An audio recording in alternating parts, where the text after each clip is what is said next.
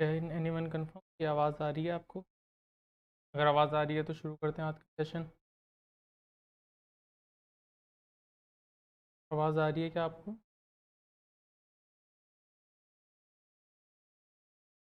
पर चेक कर लेता हूँ मैं। आवाज़ आ रही है?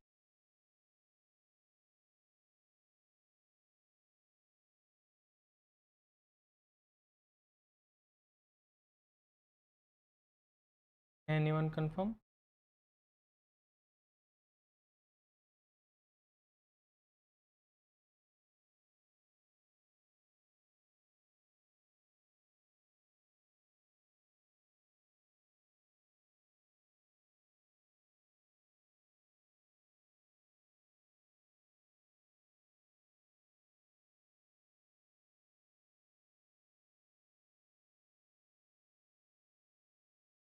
तो हेलो बच्चों, आज का लेक्चर शुरू करते हैं। टेक्निकल एरर्स के कारण थोड़ा सा दिक्कत आ रहा होगा। मेरा स्ट्रीम पहले शुरू हो गया तो थोड़ा टेक्निकल कारण से दिक्कत आ रहा होगा। एक बार देख ले, आवाज़ आ रही है तो बता दो मुझे। फिर शुरू करते हैं आज की क्लास। ओके, तो मेरा नाम योगेश्वर है। मैंने आईटी कानपुर से बीटेक किया है केमिकल इंजीनियरिंग में। और आगे देखते हैं आज की क्लास।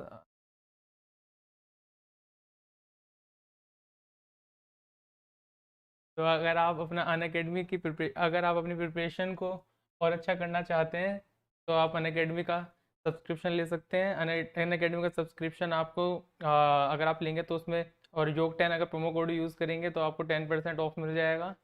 और आर्यन बोल रहे हैं कि हाँ सर आवाज़ आ रही है। थैंक यू बेटा आर्यन। नवनीत कुमार भी कह रहे हैं कि सर इट्स फाइन नाउ। तो अनअकैडमी का एक बक्स बाउंटी करके एक इनिशिएटिव होता है जिसके अंदर अगर आपको कोई भी एडुकेटर की किसी वीडियो में कोई इनअप्रोप्रिएट कंटेंट मिलता है तो आप उसको रिपोर्ट कर सकते हैं। आपको अगर किसी कंटेंट में कुछ मिले या कुछ इनअप्रोप्रिएट कुछ बोल दें एडुकेटर तो आप उसको रिपोर्ट कर सकते हैं, उसके ऊपर एक्शन लिया जाता है। और आपको अगर सही पाया गया, आपकी जो आपने जो गलती उसमें फाइंड करी अगर वो सही पाई गई तो आपको प्राइज़ मनी दी जाएगी। अनअकैडमी में आप अनलिमिटेड डाउट पूछ सकते हैं, आप कभी भी डाउट पूछ सकते हैं। आपको हाई क्वालिटी हिंदी और इंग्लिश में आपको डाउट आंसर दिए जाएंगे। आपको एग्जैक्ट जो एमसीक्यू होते हैं उनके एग्जैक्ट सॉल्यूशन दिए जाएंगे। आपको जो लैक्स ऑफ बुक्स हैं और उन क्वेश्चन हैं उनमें से आपको आंसर दिए जाएंगे। आपको आपके होमवर्क करने में असिस्टेंट दी जाएगी। आप कैसे डाउट पूछ सकते हैं? आप अनअकैडमी का ऐप इंस्टॉल कर सकते हैं, वहाँ आस्क का डाउट सेक्शन पे जा सकते हैं, वहाँ आप डाउट की जो भी पिक्चर ले सकते हैं, उसको अपने गैलरी से भी सिलेक्ट कर सकते हैं। उसके बाद उस डाउट को हाईलाइट और क्रॉप करिए। उसके बाद सब्जेक्ट चूज़ कीजिए, जैसे 3D ज्योमेट्री में से अगर कोई डाउट है तो 3D ज्योमेट्री चूज़ कीजिए और बैठ जाइए, आपको आंसर मिल जाएगा। आप अगर हर संडे अनअकैडमी एक कॉम्बैट स्कॉलरशिप टेस्ट लेता है जिसमें कि 30 क्वेश्चन आते हैं 60 मिनट के। जनरली एप्टीट्यूड क्वेश्चंस होते हैं। अगर आप इसमें अच्छा करते हैं तो आपको 1 करोड़ की स्कॉलरशिप मिलने का मौका मिलता है। आपको वीडियो सॉल्यूशंस टॉप एडुकेटर से प्रोवाइड किए जाते हैं और आप ये टेस्ट एंड्रॉइड पे दे सकते हैं। आगे देखते हैं। अनअकैडमी के दो फीचर्स आते हैं पेड में। एक आता है प्लस और एक आता है आइकॉनिक। प्लस की बात कर लेते हैं। इसमें आपको आप कभी भी अपने घर से कहीं से भी आप लाइव क्लासेस ले सकते हैं। आपको अनलिमिटेड एक्सेस मिल जाता है सभी कोर्सेज का। आप इंडिया के टॉप एडुकेटर से पढ़ सकते हैं। आपके रेगुलरली डाउट सॉल्व किए जाते हैं। आपका जितना भी सिलेबस है उसको अच्छे से कवर किया जाता है। आपको मेंटोर किया जाता है एक ग्रुप मेंटरशिप के तहत। और आपको जो मटेरियल है वो पीडीएफ फॉर्मेट में मिलता है। आपको प्रैक्टिस टेस्ट मिलते हैं करने के लिए, आपका जिससे पता लग जाए कि आप कहाँ पे स्टैंड कर रहे हैं। आपको लाइव टेस्ट सीरीज मिलती है और आपको बैच बना दिया जाता है जिससे कि आपका पीयर का ग्रुप बन जाए और आपका पीयर बन जाए। आप अगर अनअकैडमी का प्लस सब्सक्रिप्शन लेते हैं तो आपको 24 महीने का वो 25,000 में पड़ेगा, यानी कि 1,042 रुपये पर मंथ। और अगर आप इसमें योग 10 प्रोमो कोड यूज़ करते हैं तो आपको 10% ऑफ मिल जाएगा। आगे देखते हैं। तो जैसे मैंने बताया था कि दो फीचर्स आते हैं अनअकैडमी के, एक प्लस और एक आइकॉनिक। तो आइकॉनिक में आपको एक पर्सनल मेंटोर मिलता है। आप 1-to-1 गाइडेंस ले सकते हैं उससे। आपको वो सारे डाउट आउट क्लियर करेंगे। आपके लाइव डाउट सॉल्विंग सेशन होंगे आपके पर्सनल मेंटोर के साथ। आपको वीकली रिपोर्ट मिलेंगी, उसमें डिटेल्ड जो भी आपने किया है एक वीक में उसके बारे में आपके बताया जाएगा। आपको पेरेंट कनेक्ट होगा जिसमें कि पीटीएम की तरह आपके पेरेंट्स से बात की जाएगी, उनके इनपुट लिए जाएंगे और आपके इनपुट और आपसे रिलेटेड उनको इनपुट दिए जाएंगे। आपका स्टडी प्लान जो है, स्टडी प्लानर आपका बनाया जाएगा कि आपको कब क्या पढ़ना है, आपको कब रिवीजन स्टार्ट करनी है, आपको कब कौन सी चीज़ें पढ़नी है आपको, कब तक कौन सी चीज़ खत्म कर देनी चाहिए, ये सब चीज़ आपको बताई जाएंगी। और जितने भी प्लस के बेनिफिट्स हैं वो तो आपको मिलेंगे ही मिलेंगे। इसका जो प्राइस है वो 24 महीने का 48,000 है। अगर आप इसको लेंगे तो आपको 2,000 पर मंथ पड़ेगा। इसमें भी अगर आप योग 10 प्रोमो कोड यूज़ करेंगे तो आपको 10% ऑफ मिल जाएगा। अभी अनअकैडमी का एक ऑफर चल रहा है जिसमें अगर आप 12, 15, 18 महीने का सब्सक्रिप्शन लेते हैं तो 2 महीने का आपको फ्री मिलता है। 24, 36, 48 महीने का सब्सक्रिप्शन लेते हैं तो 4 महीने का फ्री मिलता है। और अगर आप 60, 72 और 84 का लेते हैं तो 6 महीने का आपको फ्री मिलता है। तो हमारे कई सारे न्यू लर्नर्स ने ज्वाइन किया आज जो दिख रहे हैं, आर्यन, दिव्यांश, कई सारे न्यू लर्नर्स आए हैं हमारे साथ। तो हेलो बच्चों, देखते हैं आज हमने कल अभी तक क्या क्या देख लिया। हमने जो हिस्ट्री था पीरियोडिक टेबल का वो देख लिया था। इसमें हमने 3 चीज़ें देख ली थी कि न्यूलैंड ऑक्टेव का क्या रूल था। उसके बाद हमने मेंडलीव के बारे में पढ़ लिया था। और डोमिनेट ट्रायड्स जो थे वो हमने पढ़ लिए थे। और उसके बाद हमने मॉडर्न पीरियोडिक टेबल पे जंप मारा था। मॉडर्न पीरियोडिक टेबल में हमने क्या क्या देखा था, हमने ये देखा था मॉडर्न पीरियोडिक टेबल में क्लासिफिकेशन कैसे करते हैं। तो क्लासिफिकेशन हमने उसके ब्लॉक्स में किया था, SPDF ब्लॉक में कर लिया था। और हमने उनको पीरियड्स और ग्रुप्स में क्लासीफाई कर लिया था। उसके बाद हमने metal, non metal and metalloids में क्लासीफाई किया था। उसके बाद हमने कल एटॉमिक रेडियस की शुरुआत करी थी जिसमें कि हमने कोवेलेंट रेडियस, वंडरवॉल रेडियस और मेटेलिक रेडियस पढ़ लिया था। सूरज बेनवाला, हेलो।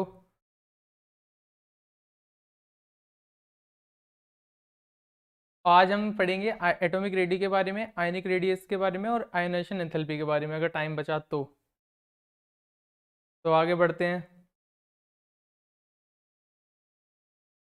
तो सेक्शन 1 हमने कंप्लीट कर लिया, सेक्शन 2 हमने कंप्लीट कर लिया। सेक्शन 3 में हमारे क्या है, फिजिकल एंड केमिकल प्रॉपर्टीज, इसके बारे में हम पढ़ रहे थे। तो आप पहले हम एटॉमिक रेडियस के बारे में पढ़ेंगे, फिर आयनिक रेडियस, फिर आयनेशन एंथैल्पी, फिर हमारे 2 बच जाएंगे, इलेक्ट्रॉन गेन एंथैल्पी, इलेक्ट्रोनेगेटिविटी, फिर केमिकल प्रॉपर्टीज पे जंप मारेंगे और वहां से पढ़ेंगे कि क्या है। ठीक है। हाय मुस्कान, आगे देखते हैं। हमने जो कल रेडियस देखा था उसका एक बार रिवीजन देख लेते हैं कि क्या था। कोवेलेंट रेडियस में क्या है, हमारा ओवरलैप होता है। जैसे कि यहाँ दिख रहा है कि जो दो, जैसे कोवेलेंट रेडियस हमारा किस में बनता है, क्लोरीन में बनता है। जब क्लोरीन के दो, ये एक एटम क्लोरीन का होगा, दूसरा एटम क्लोरीन का होगा, ये ओवरलैप करेंगे तो हमारा कोवेलेंट रेडियस बनेगा। तो इस रेडियस की जो लेंथ होती है वो सबसे कम होती है। कोवेलेंट रेडियस अगर हम किसी एटम का, किसी मॉलिक्यूल का नापें तो उसकी जो लेंथ होती है वो सबसे कम होती है। फिर हमारा मेटेलिक रेडियस था।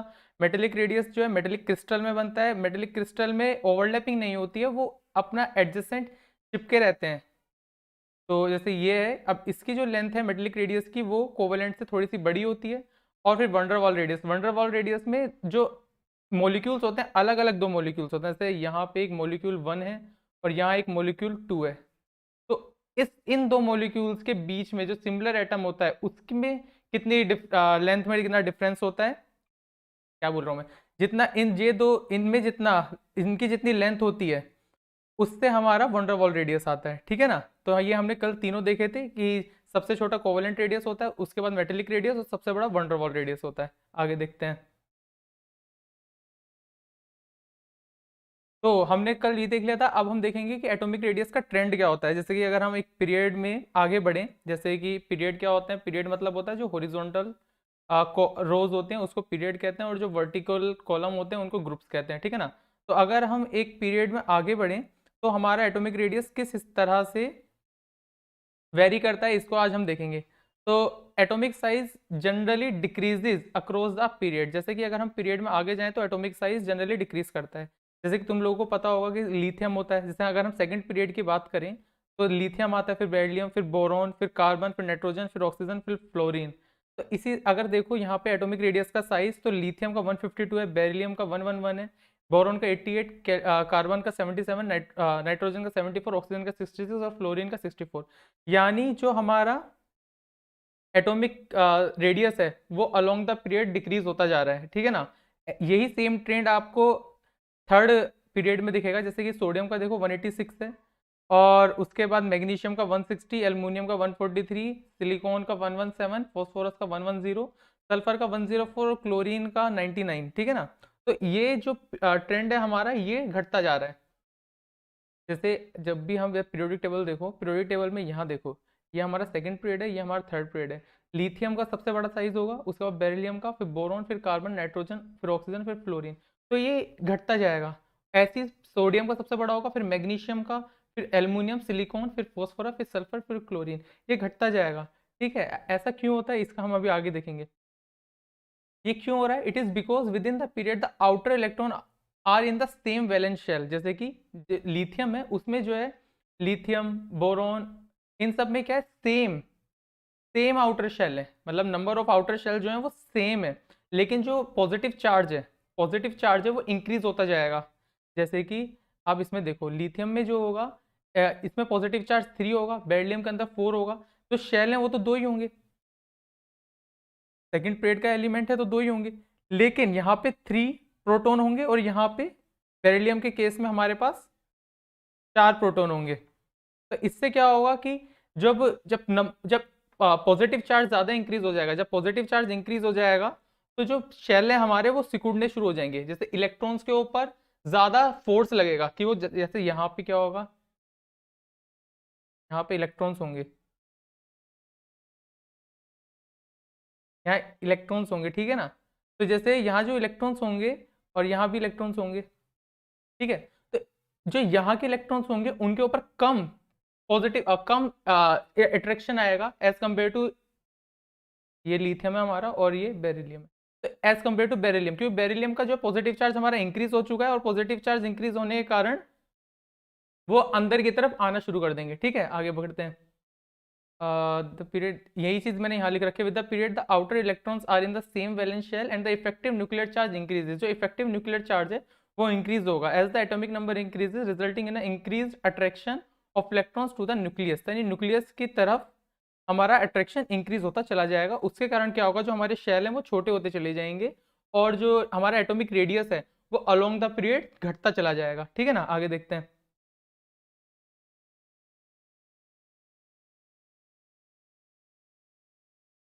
दीपक, हाय बेटा। तो अलोंग द पीरियड से आप देखो यहाँ पे कि जैसे अलोंग द पीरियड आप देखो यहाँ पे लिथियम है, लिथियम का सबसे बड़ा साइज होता है, फिर बेरिलियम, फिर बोरॉन, फिर कार्बन, फिर नाइट्रोजन, फिर ऑक्सीजन, फिर फ्लोरीन। ये मैंने एनसीईआरटी से लिया है, ये जो मैंने डायग्राम लिया है ये एनसीईआरटी का है, ठीक है ना। तो इसको आप रेफर कर सकते हैं। आगे देखते हैं। अब हमने क्या है, अलोंग द पीरियड तो बात कर ली, हमने अलोंग द पीरियड तो बात कर लिया। अब हमें वर्टिकली बात करनी है, यानी डाउन द ग्रुप बात करनी है कि डाउन द ग्रुप क्या होता है। डाउन द ग्रुप जो एटॉमिक रेडियस है उसका साइज बढ़ता है, घटता है, क्या होता है, ये चीज़ हम डिस्कस करेंगे। ठीक है ना।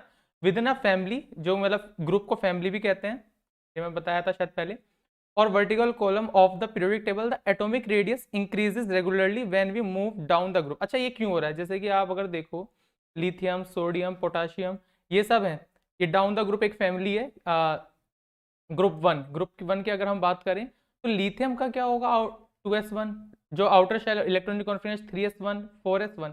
यहाँ एक चीज देखो आप कि जो हमारा आउटर शेल है वो बढ़ रहे हैं, इसमें सिर्फ 2 आउटर शेल थे, इसमें 3 हो गए, इसमें 4 हो गए हैं। तो हमारा क्या है कि जब आउटर शेल जब बढ़ रहे हैं तो उसके कारण क्या है, हमारा एटॉमिक रेडियस बढ़ रहा है। जैसे कि आपका मैं यहाँ देखूँ, अगर ये एक आउटर शेल है, फिर मैंने एक और आउटर शेल आ गया, फिर एक और आउटर शेल आ गया, तो जब हम नीचे की तरफ जा रहे हैं तो आउटर शेल हमारे बढ़ रहे हैं, और आउटर शेल बढ़ने के कारण हमारा एटॉमिक रेडियस बढ़ रहा है।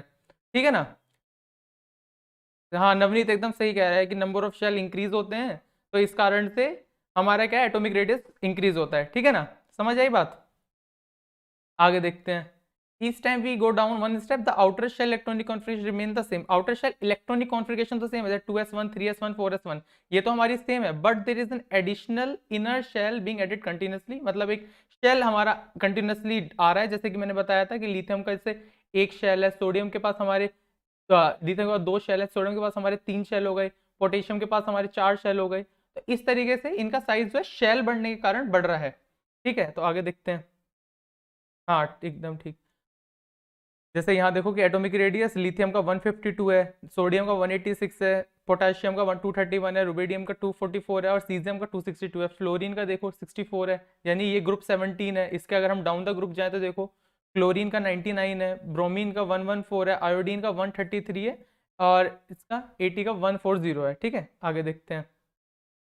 तो मुस्कान कह रही है क्लियर सर, ठीक है आगे देखते हैं। जैसे इसमें देखो आप कि लिथियम का 152, सोडियम का 186, पोटेशियम का 231, रुबिडियम का 244, सीजियम का 262। ये भी मैंने एनसीईआरटी की बुक से लिया है, ठीक है ना। ये जो डायग्राम है ये भी मैंने एनसीईआरटी की बुक से लिया है। आगे देखते हैं। The atomic radii of noble gases are not considered hair.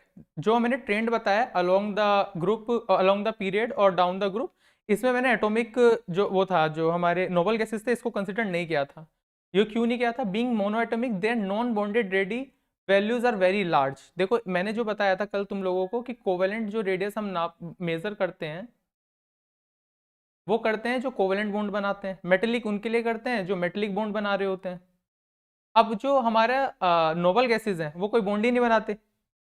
अब कोई बॉन्ड ही नहीं बना रहा है तो फिर हम कैसे उसको मेजर करेंगे? तो इसके लिए वंडरवॉल रेडी का हम इस्तेमाल करते हैं, लेकिन वंडरवॉल रेडियस का जो साइज होता है वो हमेशा ज्यादा आता है, ज्यादा बड़ा आता है। इसलिए जब एक हम अलोंग द पीरियड बात करते हैं एक ट्रेंड की, तो इसमें कभी नोबल गैसेस को कंसिडर नहीं किया जाता।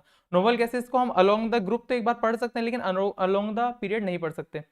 In fact, radius of noble gases should be compared not with the covalent radii but with the van der Waal radii of the other elements. हमको अगर मतलब एटॉमिक रेडियस, अगर नोबल गैसेस के atomic radius को किसी और element, non noble gas element के atomic radius से कंपेयर करना है, तो हम उनके वेंडर वॉल रेडियस को कंपेयर करेंगे, ना कि उनके कोवेलेंट रेडियस को और मेटेलिक रेडियस को। तो ये चीज़ यहाँ पे बताई जा रही है। नहीं, रेडियो एक्टिव तो देखो, रेडियो एक्टिव जो होता है वो लास्ट के एलिमेंट होते हैं। मतलब जैसे ये नवनीत बोल रहे हैं कि रेडियो एक्टिव है शायद, इसलिए रेडियो एक्टिव जो एलिमेंट होते हैं वो होते हैं लास्ट में जो एलिमेंट आ रहे हैं, जैसे 104, 105, इधर यूरेनियम और इधर की तरफ जो एलिमेंट्स आते हैं वो रेडियो एक्टिव होते हैं। जो हमारे ये नोबल गैसेज हैं ये रेडियो एक्टिव एलिमेंट नहीं है, मतलब इनमें कोई रेडियो एक्टिविटी नहीं दिखती है। ठीक, आगे देखते हैं। चलो क्विज टाइम, इसमें आंसर दे सकते हैं। आज मैं देख रहा हूँ कई सारे लोग आए हैं, एक्टिव हैं, तो वो आंसर दे सकते हैं। The order of increasing sizes of atomic radius among the elements oxygen, sulphur, cerium और एर्सेनिक इज, क्या है मतलब इसका? जिसको आता है एक बार बता दो। ये हैं ग्रुप 16 के एलिमेंट्स, ग्रुप 16 के एलिमेंट्स हैं। ग्रुप 16 में increasing order of atomic radius क्या होगा?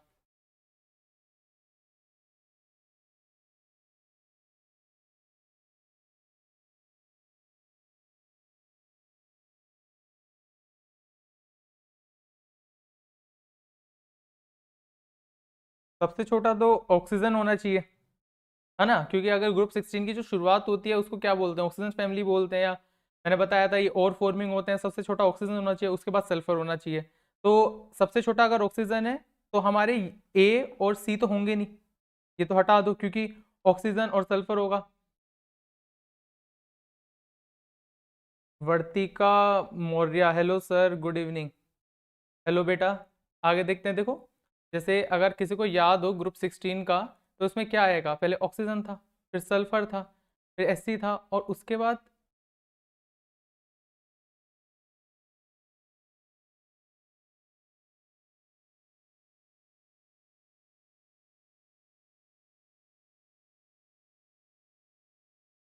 तो इसका जो आंसर होगा वो क्या होगा?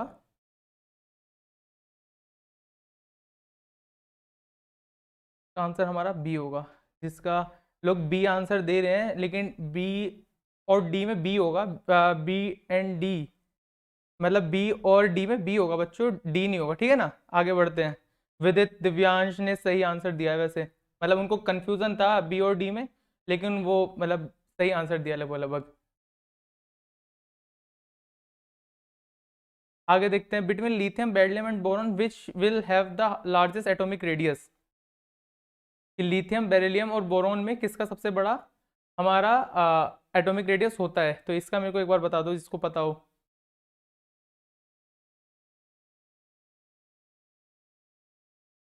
इसमें हम बात कर रहे हैं अलोंग द पीरियड की, कि लिथियम आता है, फिर बेरिलियम आता है, फिर बोरोन आता है।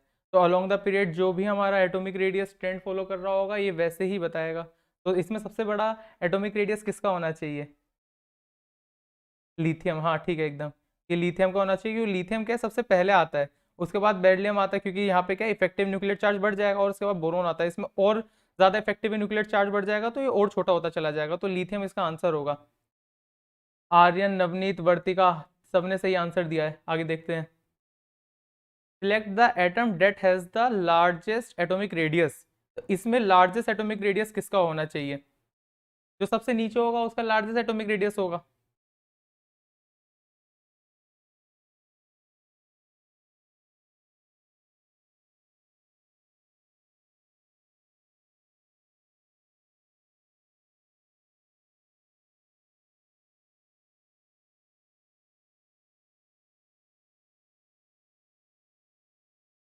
चलो इसको एज अ स्क्रीनशॉट ले लो, कुछ भी कर लो, इसको एज अ होमवर्क की तरह ट्रीट करना। उसके बाद इसको हम कल डिस्कस करेंगे कि एक बार इसको एक बार फिर से वीडियो देखना या एक बार एनसीईआरटी पढ़ना, और फिर एक बार बताना कि लार्जेस्ट एटॉमिक रेडियस किसका होगा इनमें। इसको एज अ स्क्रीनशॉट ले लो, इसको हम कल यहीं से शुरुआत करेंगे। आगे देखते हैं। Atomic radius down the group increases because of. Atomic radius अगर हम डाउन द ग्रुप देखें तो वो इंक्रीज क्यों होता है? इसमें न्यूक्लियस के कारण, प्रोटॉन शेल्स क्या होता है पता नहीं, इलेक्ट्रॉनिक शेल्स के कारण या न्यूट्रॉन शेल्स के कारण, किस कारण से इंक्रीज होता है?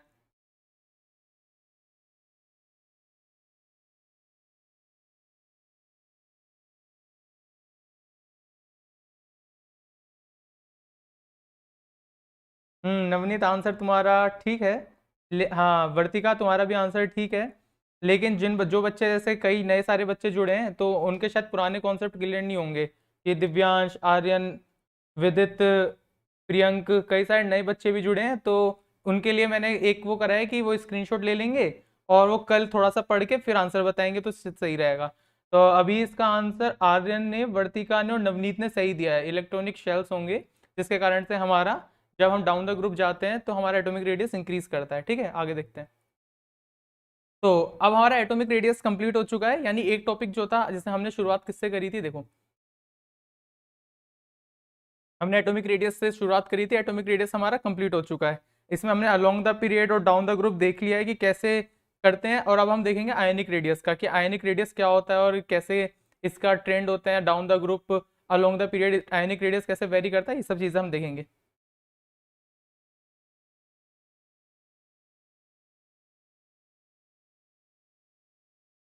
आयनिक रेडियस क्या होता है? It is defined as the distance between the nucleus and outermost shell of an ion. कि मतलब जो भी न्यूक्लियस से जो आउटरमोस्ट शेल होगा, जैसे ये हमारा न्यूक्लियस है, इससे जो भी हमारा आउटरमोस्ट शेल होगा, जैसे यहाँ से यहाँ, तो ये हमारा होगा क्या? जैसे मान लीजिए ये सोडियम का Na+ का ये हमारा आयन है, ठीक है ना। इससे न्यूक्लियस से इसके आउटरमोस्ट शेल का जो डिस्टेंस है, यानी न्यूक्लियस से आउटरमोस्ट शेल का जो डिस्टेंस है, इसको हम क्या कहेंगे? इसका आयोनिक रेडियस। Ionic radius. ठीक है, समझ आया? सर आप रिडॉक्स कब तक कराएंगे? रिडॉक्स रिएक्शन तो मतलब पहले इसके बाद मैं केमिकल बॉन्डिंग कराऊंगा, उसके बाद केमिकल बॉन्डिंग के बाद मैं देखता हूँ फिजिकल केमिस्ट्री का कोई चैप्टर कराना है नहीं कराना, और उसके बाद रिडॉक्स कराऊंगा। मतलब रिडॉक्स ये मान लो कि अक्टूबर के मिडल में ही करवाऊंगा मैं। रिडॉक्स अभी तो नहीं करवाऊंगा। मतलब इसके बाद केमिकल बॉन्डिंग करवाऊंगा। केमिकल बॉन्डिंग क्या ज़्यादा लंबा चैप्टर हो जाता है तो उसमें टाइम लगेगा, तो इसलिए रिडॉक्स अभी तो नहीं कराऊंगा। तो बैक टू द टॉपिक आते हैं। तो जैसे इलेक्ट्रॉन्स, जो हमारे जो आयंस होते हैं वो कैसे बनते हैं? आयन से इलेक्ट्रॉन लूज करने से बनते हैं या इलेक्ट्रॉन गेन करने से बनते हैं? जैसे सोडियम है, हमारा सोडियम है, सोडियम से अगर एक इलेक्ट्रॉन निकाल दिया जाए तो Na+ बन जाएगा। ठीक है ना। यहाँ गलत लिख दिया है मैंने, इसको मेरे को रिरेज करने दो।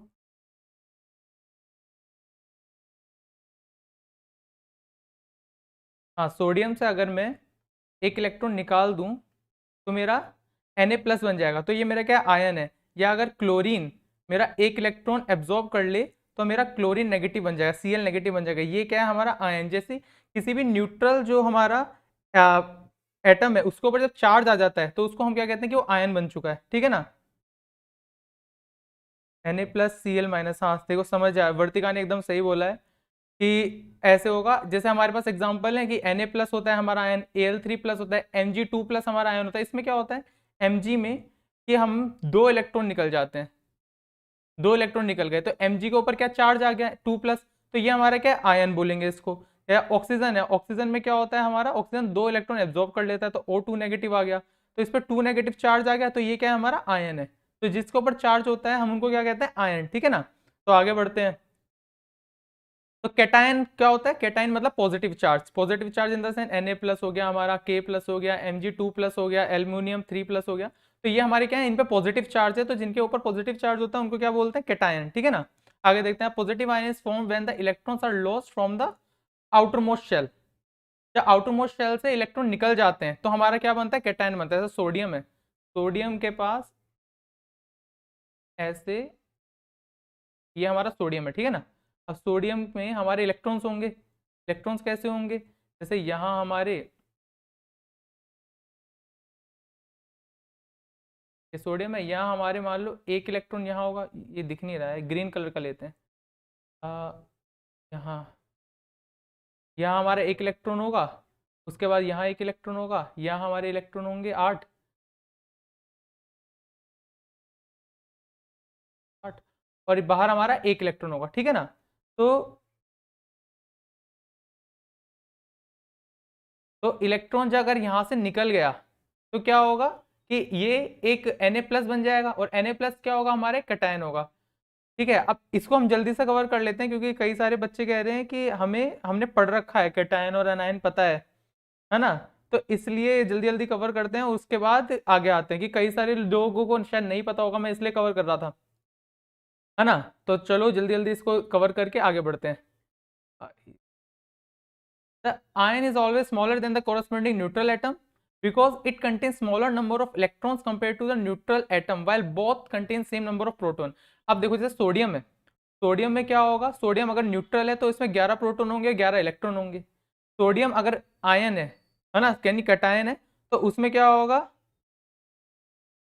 11 हमारे प्रोटॉन होंगे और 10 इलेक्ट्रॉन होंगे, यानी कि हमारे जो प्रोटॉन है वो अब कम इलेक्ट्रॉन्स के ऊपर अपना अट्रैक्शन फोर्स डाल रहे हैं, तो अट्रैक्शन फोर्स क्या होगा? बढ़ जाएगा।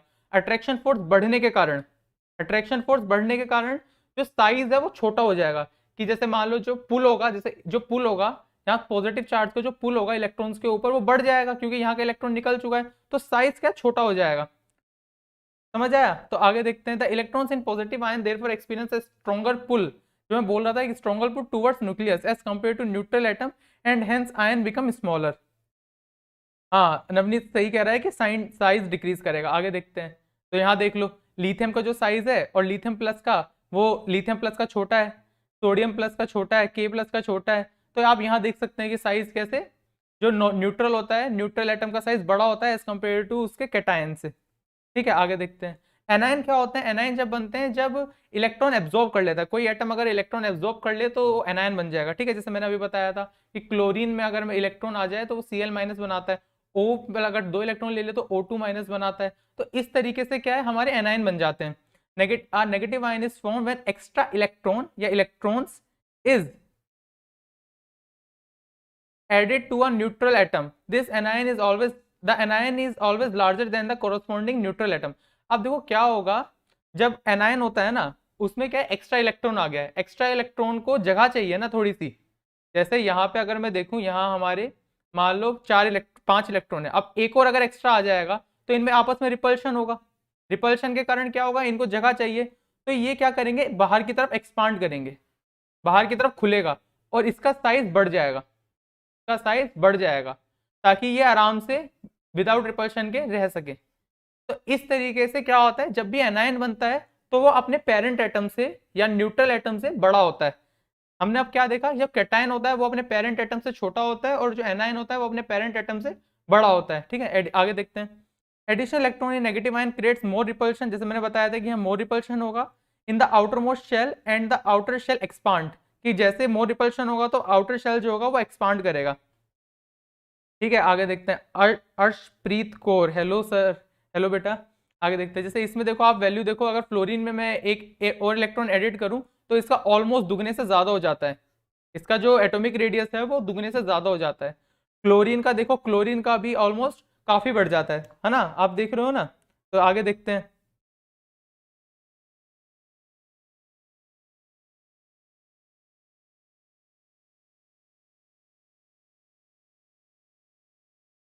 Ionic radius of element having the same charge will increase down the group. ठीक है ना। जैसा जैसे हमारा ट्रेंड कर रहा था, जो एटम था हमारा एटम का रेडियस बढ़ रहा था डाउन द ग्रुप। इसी तरीके से जो हमारे जो कैटायन और एनायन का रेडियस होता है वो भी डाउन द ग्रुप इंक्रीज करता है, लेकिन उसपे सेम चार्ज होना चाहिए। ये नहीं कि आप B2+ और Mg+ को कंपेयर करो, ये कंपैरिजन नहीं करना है। B2+ है अगर तो Mg2+ ही कंपेयर करना है, और ऐसे में क्या होगा कि डाउन द ग्रुप हमारा साइज जो होगा वो बड़ा होगा। ठीक है, समझ आया आपको? आगे देखते हैं। यहाँ पे एक बार इस चीज का स्क्रीनशॉट ले लेना है, इसको ऑब्जर्व करके देख लो कि जो लिथियम प्लस है और सोडियम प्लस का उससे बड़ा है, पोटेशियम का उससे बड़ा है, रुबिडियम का उससे बड़ा है। तो इस तरीके से ऑक्सीजन का देख लो सल्फर। आप इस तरह से देखोगे नीचे की तरफ, तो नीचे की तरफ हमारा क्या है, कैटायन का भी और एनायन का भी दोनों का साइज बढ़ रहा है, यानी डाउन द ग्रुप हमारे जो आयंस होते हैं उनका जो साइज है वो बढ़ रहा होता है। आगे देखते हैं। वर्तिका पूछ रही है कि नहीं वर्तिका, मैं डेली आता हूँ 5 बजे, मतलब तुम डेली आ सकते हो 5 बजे देखने। देखते हैं आगे। तो एक बार शील्डिंग इफेक्ट के बारे में देख लेते हैं, उसके बाद आगे दूसरे को जो चीज़ें हैं उस ये शील्डिंग इफेक्ट पे डिपेंड करेंगी, इसलिए पहले शील्डिंग इफेक्ट कवर करते हैं, उसके बाद आगे कुछ आएगा आइसो इलेक्ट्रॉनिक और ये सब चीज़ें, तो वो चीज़ें कवर करेंगे। ठीक है ना, आगे देखते हैं। When the number of inner electrons is greater, they shield the outermost electron from the nucleus so that the outermost electron become free from any nuclear attraction or feel very less nuclear attraction. This is called shielding और screen effect. देखो ये कह रहा है कि अगर जैसे मान लो यहाँ पे मेरे प्रोटॉन्स हैं, ठीक है ना, ये न्यूक्लियस है, इसके अंदर प्रोटॉन्स होंगे, और ये क्या है, मेरे शेल हैं, ये शेल हो गया।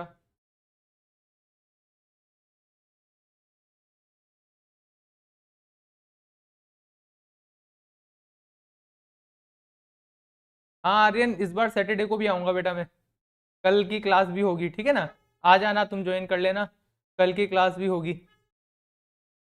संडे को नहीं आऊँगा, सैटरडे को आऊँगा, ठीक है। संडे को क्या है, टीचर्स डे है, तो टीचर को छुट्टी लेनी चाहिए, है ना, तो इसलिए संडे को नहीं आऊँगा, सैटरडे को तो आऊँगा।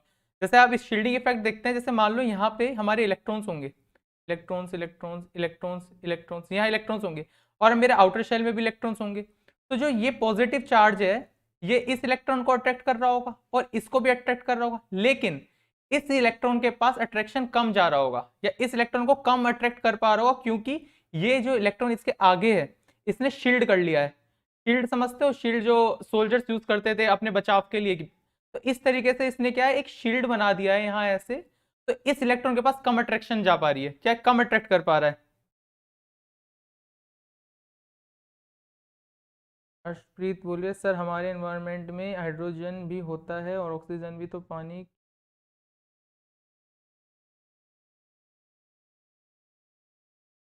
तो आगे देखते हैं इस चीज को। The magnitude of the screening effect depends upon the number of inner electrons. Higher the number of inner electrons, greater shall be the value of screening effect. जितने ज्यादा इलेक्ट्रॉन्स अंदर होंगे, जैसे मान लो यहाँ पे इनर इनर शेल में ज्यादा इलेक्ट्रॉन होंगे तो ज्यादा अच्छे से शील्ड कर पाएंगे, और बाहर वालों पे जो प्रोटॉन है या जो न्यूक्लियस है उसका कम अट्रैक्शन आ पा रहा होगा। समझो मेरी बात। It is caused by mutual repulsion between electron in the inner shell with those at the outer shell. This repulsion in screening caused the size of the atom to increase.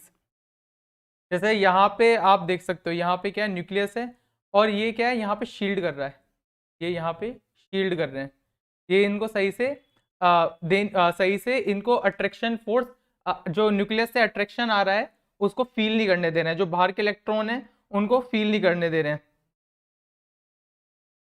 और देखते हैं यहाँ पे क्या चल रहा है, आगे देखते हैं। The size of ionic radius, the size of ion increases as we go down a group, provided that we are comparing ions of the same charge. जो मैं शुरुआत में बता रहा था कि हम अगर सेम चार्ज के आयंस को कंपेयर करेंगे तो डाउन द ग्रुप वो इंक्रीज करेगा, जैसे कि ये हमने ग्रुप 2 के देखे हैं, ये ग्रुप 17 के देखे हैं, और ये ग्रुप 1 के देखे हैं, ठीक है ना। तो आगे देखते हैं आइसो इलेक्ट्रॉनिक स्पीशीज। तो आइसो इलेक्ट्रॉनिक स्पीशीज क्या होते हैं इसके बारे में एक बार देख लेते हैं। एटम्स और ions with same electronic configuration और कॉल्ड आइसो इलेक्ट्रॉनिक स्पीशीज। जैसे हमारे जो एटम्स हैं, एटम्स और आयंस जिनकी सेम इलेक्ट्रॉनिक कॉन्फ़िगरेशन होती है, सेम इलेक्ट्रॉनिक कॉन्फ़िगरेशन होती है, उन्हें हम क्या कहते हैं, आइसो इलेक्ट्रॉनिक। उनको क्या बोलते हैं हम, आइसो इलेक्ट्रॉनिक, ठीक है ना। जिनकी सेम इलेक्ट्रॉनिक कॉन्फ़िगरेशन होती है एटम और आयन की, उनको आइसो इलेक्ट्रॉनिक कहते हैं हम। अब आइसो इलेक्ट्रॉनिक के एग्जांपल क्या, जैसे आप देखो यहाँ पे O2 negative, F negative, Ne, Na+, Mg2+। इनकी क्या है, outer shell electronic configuration same आएगी। जैसे O2 नेगेटिव में कितने, जैसे O2 है, इसके पास 8 इलेक्ट्रॉन्स होते हैं, ठीक है। अब इसको मैंने 2 इलेक्ट्रॉन और दे दिए, जब इसके ऊपर 2 नेगेटिव चार्ज हो रहा है तो टोटल इलेक्ट्रॉन कितने हो गए, 10 इलेक्ट्रॉन की जो हमारी आउटर शेल इलेक्ट्रॉनिक कॉन्फ़िगरेशन होती है वो क्या होती है, 1s2 2s2 2p6। फ्लोरीन के पास कितने इलेक्ट्रॉन होते हैं, 9 होते हैं। इसको मैंने 1 इलेक्ट्रॉन और दे दिया तो कितने हो गए, 10 हो गए। जो नियोन है उसके पास ऑलरेडी 10 इलेक्ट्रॉन होते हैं। सोडियम के पास 11 इलेक्ट्रॉन होते हैं, मैंने एक निकाल लिया तो कितने हो गए, 10 हो गए। मैग्नीशियम के पास 12 इलेक्ट्रॉन होते हैं, मैंने 2 निकाल लिए तो कितने बचे, 10 इलेक्ट्रॉन बचे। तो सबके पास अल्टीमेटली कितने इलेक्ट्रॉन बचे, 10 इलेक्ट्रॉन बचे। हाँ नवनीत सही कह रहा है, having same number of electrons. तो सबके पास अल्टीमेटली कितने, 10 इलेक्ट्रॉन ही बचे, ठीक है ना, 10 इलेक्ट्रॉन बचे। तो same electron number of electrons बचे तो उनका जो इलेक्ट्रॉनिक कॉन्फ़िगरेशन होगा वो भी सेम होगा। तो जिनके पास सेम नंबर ऑफ इलेक्ट्रॉन्स होते हैं और तो उनको हम क्या कहते हैं, उनको हम आइसो इलेक्ट्रॉनिक स्पीशीज कहते हैं, ठीक है ना, उनको क्या कहते हैं हम, आइसो इलेक्ट्रॉनिक स्पीशीज कहते हैं। तो ये समझ आ गया। देखते हैं, if we consider series of isoelectronic species atom the size decreases with the increasing atomic number. अगर आइसो इलेक्ट्रॉनिक स्पीशीज है हमारे पास तो उनका साइज डिक्रीज करेगा जैसे जैसे एटॉमिक नंबर बढ़ेगा। जैसे यहाँ पे आप देख भी सकते हो कि ऑक्सीजन का क्या है, एटॉमिक नंबर सबसे कम है, इसका एटॉमिक नंबर 8 है। फ्लोरीन का 9 है, नियोन का 10 है, और सोडियम का 11 है, मैग्नीशियम का 12 है। तो जैसे जैसे एटॉमिक नंबर बढ़ रहा है आइसो इलेक्ट्रॉनिक स्पीशीज में तो उनका साइज छोटा हो रहा है। और ये क्यों हो रहा है, क्योंकि हमारा जो नंबर ऑफ प्रोटॉन्स है, या जो हम कहते हैं कि जो इफेक्टिव चार्ज है वो बढ़ रहा है। जैसे जैसे प्रोटोन का हमारा जो प्रोटोन नंबर ऑफ इफेक्टिव जो चार्ज है, हमारा इफेक्टिव चार्ज जो है वो बढ़ रहा है। उसके कारण से क्या हो रहा है कि पुल, जो बाहर के जो हमारे इलेक्ट्रॉन्स है उसके उनके ऊपर पुल पुल ज्यादा आ रहा है। समझो मेरी बात। और उनके ऊपर पुल आने से क्या हो रहा है कि वो आपस में अंदर की तरफ आ रहे हैं और सिकुड़ते जा रहे हैं और साइज छोटा होता जा रहा है। This is because the number of electrons shell remain constant. Number of electrons जितने हैं शेल में वो कांस्टेंट है, while positive charge of nucleus increases which pull the electron more strongly. जैसे कि आप अगर यहाँ देखो, यहाँ पे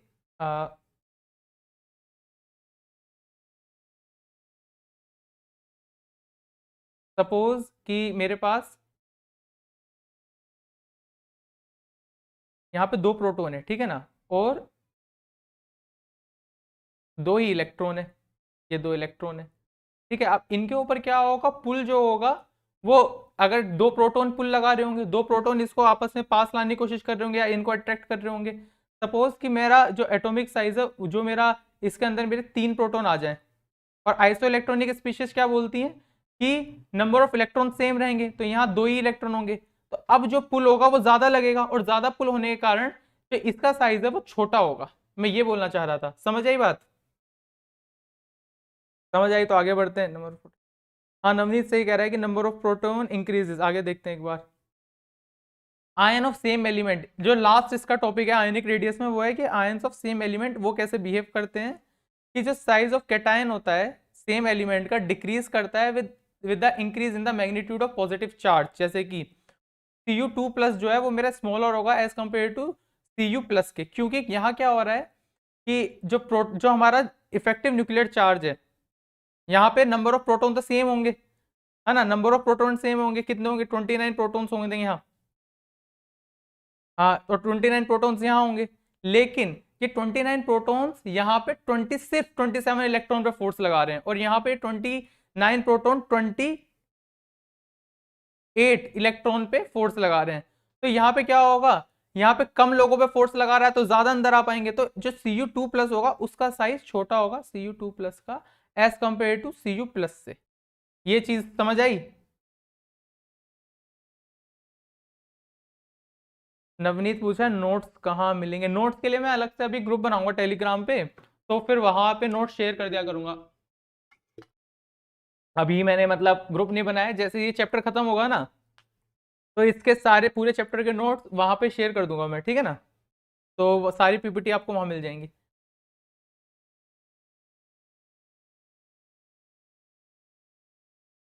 तो अच्छा एक बार इसका देख लो, इसका A B C और D, the set representing the correct order of ionic radius is, ionic radius का करेक्ट ऑर्डर किसमें दिखाया गया है। इसमें थोड़ा सा लॉजिक लगेगा, अगर मतलब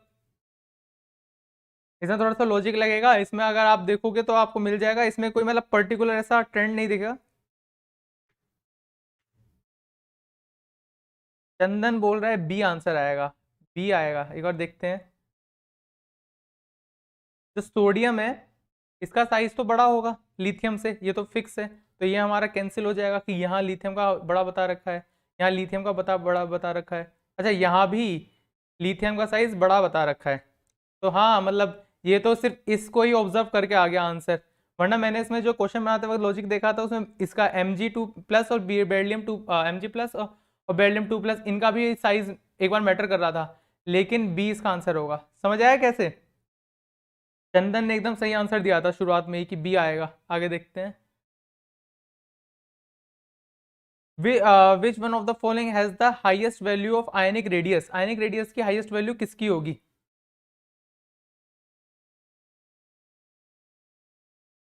ये तो अभी देखा था। ये सब किसके हैं? सेकंड पीरियड के एलिमेंट है, सेकंड पीरियड के element. A C, Rahul A कह रहा है, नवनीत कुमार सी कह रहे हैं, Navneet highest value of ionic radius.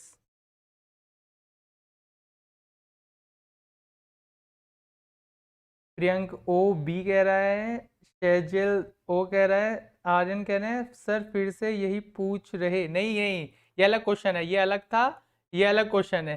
तो इसमें क्या है कि हाईएस्ट वैल्यू बतानी है आयनिक रेडियस की, ठीक है ना, तो ये ए बी सी डी में से किसकी होगी, ठीक है ना।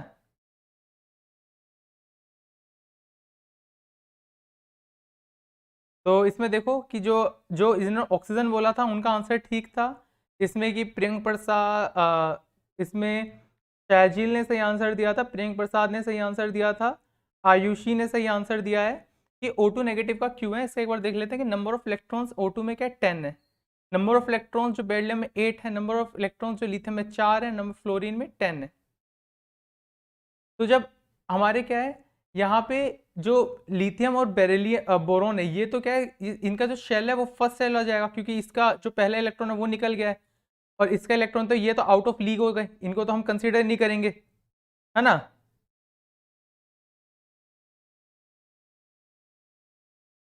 नहीं एफ क्यों बोल रहे हैं नवनीत नवनीत एफ थोड़ी ना होगा, मतलब फ्लोरीन थोड़ी ना होगा।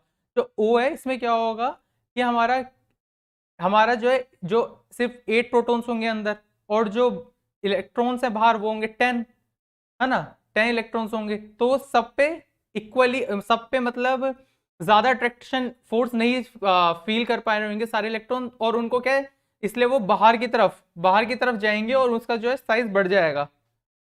हाँ शेजिल सही कह रहा है, जबकि फ्लोरीन में क्या होगा, फ्लोरीन में मेरे यहाँ पे 9 प्रोटॉन होंगे और 10 इलेक्ट्रॉन होंगे, तो क्या है ज्यादा अट्रैक्शन आएगा, तो इसलिए क्या है साइज छोटा हो जाएगा फ्लोरीन का एज कम्पेयर टू ऑक्सीजन। तो आंसर क्या होगा मेरा O2 नेगेटिव। आगे देखते हैं। Al+3 has lower ionic radius than Mg+2 ion because, इसका क्या आंसर होगा?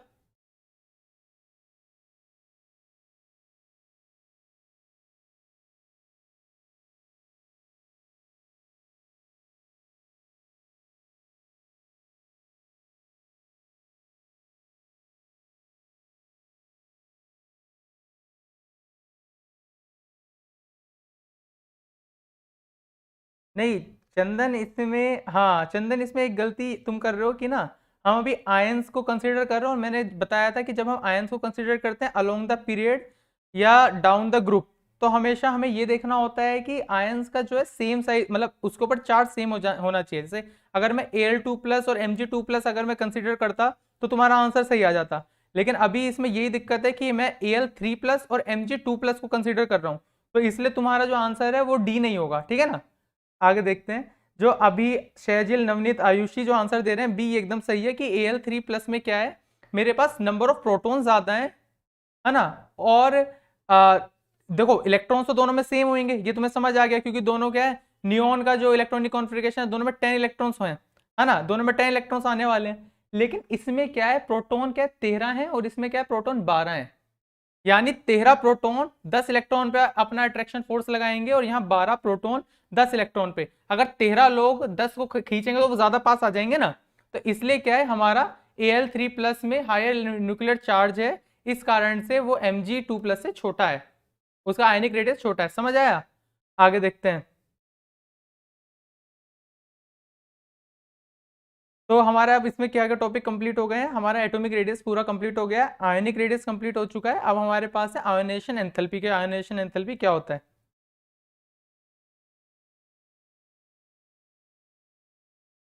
हाँ, इसको Z बाई ई रेशियो से निकालते हैं, सही कह रहे हो कि Z बाई ई रेशियो निकाल के फिर इसको निकाला जाता है। लेकिन Z बाई ई रेशियो में ना एक दिक्कत आती है कि कई बार कंफ्यूजिंग हो जाता है, मतलब जब एग्जाम में कई बार बच्चों को याद नहीं रहता कि Z बाई ई रेशियो यहाँ लगाना है नहीं लगाना, वो कई बार कंफ्यूजिंग हो जाता है, इसलिए मैंने Z बाई ई रेशियो का इस्तेमाल नहीं करा। एनसीईआरटी में भी Z बाई ई रेशियो का इस्तेमाल नहीं है कहीं पे, या कोई स्टैंडर्ड बुक है वहां भी Z बाई ई रेशियो का इस्तेमाल मैंने देखा नहीं है। जनरली वो ऐसे ही बताते हैं कि Z बाई ई रेशियो क्या है, एक तरह से मतलब जैसे कुछ क्वेश्चंस का एक सॉल्यूशन ही है वो, ज़्यादा कुछ है नहीं उसमें। अगर Z बाई ई रेशियो से निकालेंगे तो दिक्कत आ सकती है कई बार, इसलिए मैंने मतलब वो जानबूझ के नहीं लिखा था, ठीक है ना। वैसे निकाल सकते हैं वैसे भी, अगर तुम्हें Z बाई ई का कॉन्सेप्ट क्लियर है तो तुम वैसे करके निकाल लो, उसमें कोई दिक्कत नहीं आएगी, ठीक है। आगे देखते हैं।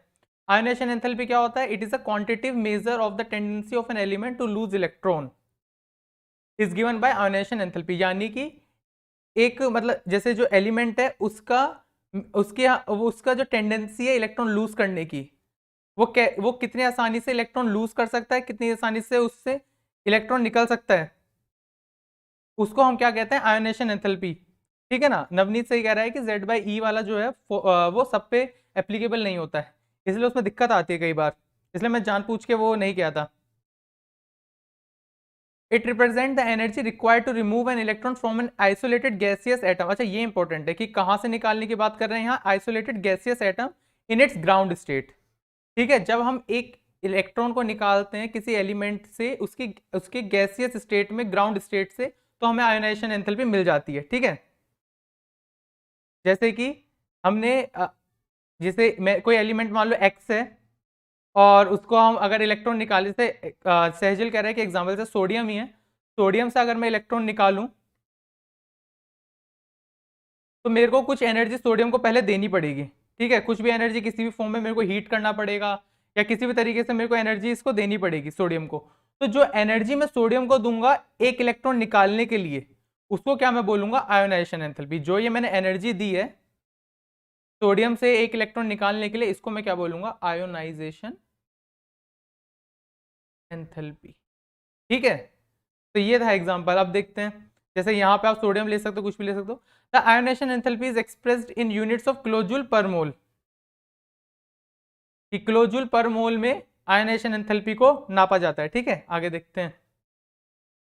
कैजल, जो भी तुम्हारे डाउट होंगे ना, मैं अभी जैसे जब ये चैप्टर खत्म हो जाएगा ना, तो उसके बाद एक डाउट सेशन रखूंगा। डाउट सेशन में सिर्फ जो भी तुम्हारे डाउट होंगे जिससे भी रिगार्डिंग, वो रखेंगे, और उसमें एनसीईआरटी और जो प्रीवियस ईयर के जेई के क्वेश्चन आए हुए हैं उनको सॉल्व करेंगे। तो उस टाइम तुम पूछना जो भी पूछना है, मैं एकदम तुम्हें बता दूंगा, ठीक है ना।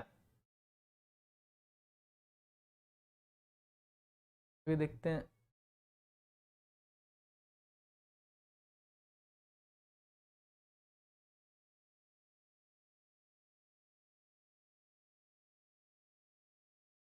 हाँ प्रियंक, मतलब जो भी बच्चों को डाउट आएंगे ना, तुम भी आ जाना, तो 1 to 1 ही डाउट क्लियर होंगे। मतलब अगर तुम्हें कोई डाउट है और वो रीजनेबल है कि उसके कारण शायद सभी को फायदा होगा, तो फिर वो डाउट क्लियर करेंगे अच्छे से सबका। तो देखो, आयनाइजेशन एनर्जी क्या होता है? देखो, एनर्जी सोर्स है, कोई भी एनर्जी सोर्स है, मान लो हीट है या लाइट है, कोई भी एनर्जी सोर्स है, वो जब एक किसी इलेक्ट्रॉन पे जब जाता है ना, तो उस इलेक्ट्रॉन को जितनी हीट या एनर्जी, जितनी भी एनर्जी मुझे लगी एक इलेक्ट्रॉन को निकालने के लिए, इलेक्ट्रॉन को बाहर निकालने के लिए, उसको क्या कहता हूं मैं? आयनाइजेशन एनर्जी, ठीक है। समझ आया? आगे देखते हैं। सेकंड आयनाइजेशन एंथैल्पी क्या होता है? Second ionisation enthalpy is defined as the energy required to remove the second most loosely bound electron. जो सेकंड इलेक्ट्रॉन है उसको निकालने में जो एनर्जी लगती है उसको हम क्या कहते हैं? Second ionisation enthalpy. जैसे कि मेरा जैसे मैग्नीशियम है मान लो, तो मैग्नीशियम से मैंने एक इलेक्ट्रॉन निकाला तो Mg++ इलेक्ट्रॉन बनेगा।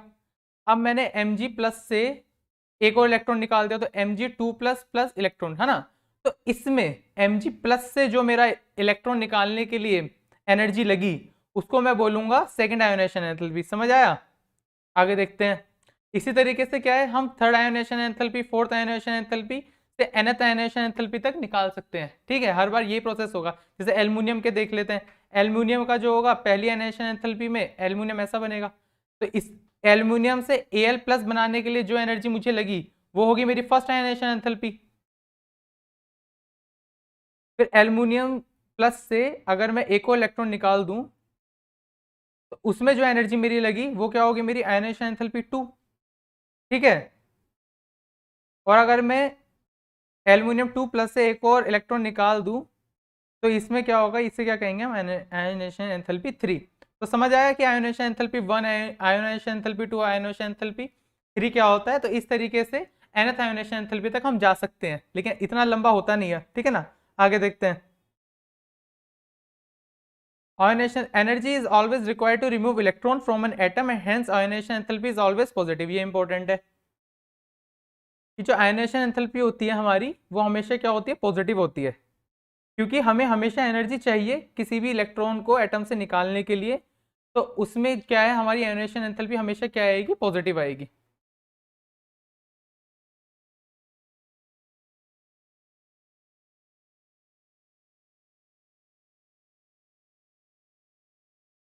समझ आया? The second ionisation enthalpy will be always higher than the first ionisation enthalpy. अब सेम लॉजिक है, जैसे मान लो कि मेरा मैग्नीशियम है, मैग्नीशियम में मेरे पास क्या है, 12 प्रोटॉन्स हैं, और Mg प्लस में भी मेरे पास 12 प्रोटॉन है, लेकिन यहाँ पे क्या है, मेरे इलेक्ट्रॉन क्या है, 12 इलेक्ट्रॉन। यहाँ पे मेरे इलेक्ट्रॉन क्या है, 11 इलेक्ट्रॉन। अब जो 12 प्रोटॉन जो इलेक्ट्रॉनिक चार्ज फील कर रहे हैं, जो 11 इलेक्ट्रॉन 12 इलेक्ट्रॉन के मुकाबले ज्यादा इलेक्ट्रॉनिक चार्ज फील करेंगे, क्योंकि मेरा जो पॉजिटिव चार्ज है वो तो सेम ही है। यहाँ पॉजिटिव चार्ज सेम है, बस इलेक्ट्रॉन कम हो गए। अगर इलेक्ट्रॉन कम होगा तो पॉजिटिव जो इलेक्ट्रॉन जो पॉजिटिव चार्ज फील करेंगे वो ज्यादा करेंगे।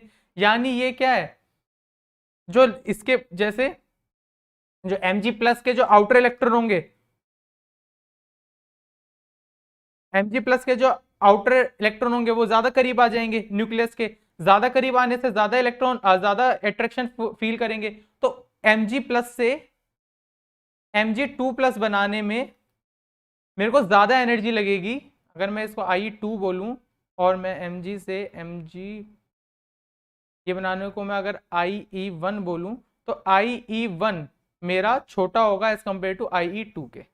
ये चीज है। ठीक है, समझ आया? समझ आया तो आगे बढ़ते हैं। The second ionisation enthalpy will be higher than the first ionization enthalpy because it is more difficult to remove an electron from a positively charged ion than from a neutral atom. In the same way, the third ionization enthalpy will be higher than the second, and so on. The term ionization enthalpy, if not qualified, is taken as first ionization enthalpy। देखो, अगर कहीं पे लिख रखा है सिर्फ ionization enthalpy दे रखा है और ये नहीं लिखा कि फर्स्ट ionization enthalpy है, या सेकंड ionization enthalpy है, थर्ड ionization enthalpy है, तो हम बाय डिफॉल्ट उसको फर्स्ट ionization enthalpy मान के चलेंगे। ठीक है ना, आगे देखते हैं। तो आयनाइजेशन एंथैल्पी को जो इफेक्ट करते हैं वो चार मेजर फैक्टर हैं जो आयनाइजेशन एंथैल्पी को इफेक्ट करते हैं। इसमें सबसे पहला आता है पेनिट्रेशन इफेक्ट। पेनिट्रेशन इफेक्ट उसको करता है। उसके बाद शील्डिंग इफेक्ट। उस शील्डिंग इफेक्ट हम देख चुके हैं, इसको एक और बार देखेंगे। पेनिट्रेशन इफेक्ट क्या है वो देखेंगे।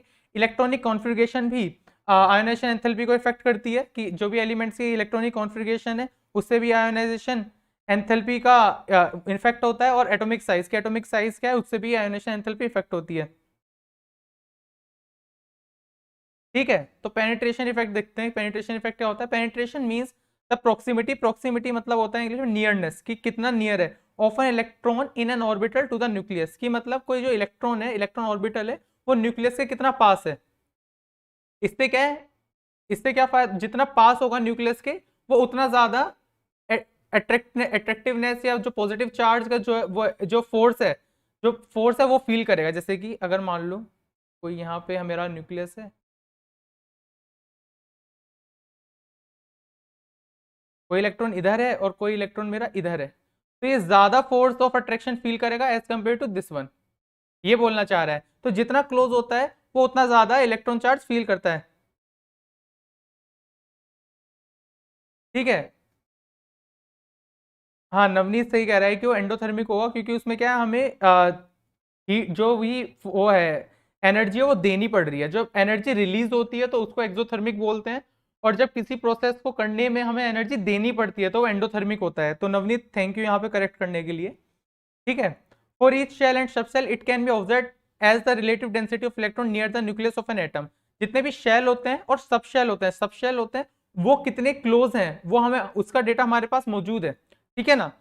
Now, if we look into the radial probability distribution function, we see that the electron density of s orbital is closer than p and d orbital. जो s orbital होता है वो in general न्यूक्लियस के ज्यादा करीब होता है as compare to p और d ऑर्बिटल। p और d ऑर्बिटल बाहर होते हैं, s ऑर्बिटल ज्यादा क्लोज होता है न्यूक्लियस के, और अगर s ऑर्बिटल ज्यादा क्लोज है न्यूक्लियस के तो वो ज्यादा फोर्स ऑफ अट्रैक्शन फील करते हैं उसके इलेक्ट्रॉन। ठीक है, आगे देखते हैं। जैसे कि the order of penetration power will भी क्या होगा, 2s वाले सबसे पास होंगे, फिर उसके बाद 2p। ये क्या है, एक शेल है, ये सेकंड शेल के हैं। सेकंड शेल में भी जो s वाले होंगे वो ज्यादा करीब होंगे न्यूक्लियस के, और फिर p वाले होंगे। अब 3 में देख लेते हैं, यहाँ 3 वाले ज्यादा क्लियर, 3s ज्यादा पास होगा, फिर 3p होगा, फिर 4s होगा और 4d। और ये कौन सा प्रिंसिपल फॉलो करते हैं, ऑफ प्रिंसिपल। जैसे ऑफ प्रिंसिपल हमने देखा था ना कि जो इलेक्ट्रॉन फिलिंग का क्या ऑर्डर होता है, जैसे यहाँ शुरुआत में देखते हैं, जैसे ये है।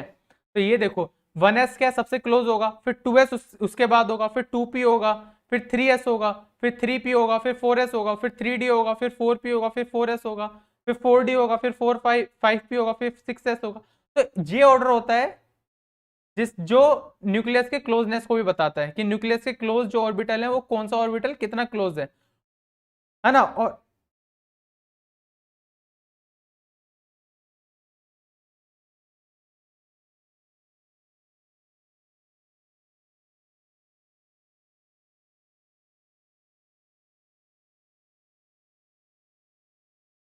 तो यहाँ पे पेनिट्रेशन इफेक्ट समझ आया कि पेनिट्रेशन इफेक्ट क्या बताता है। पेनिट्रेशन इफेक्ट बताता है कि कौन सा ऑर्बिटल न्यूक्लियस के कितना ज्यादा क्लोज है।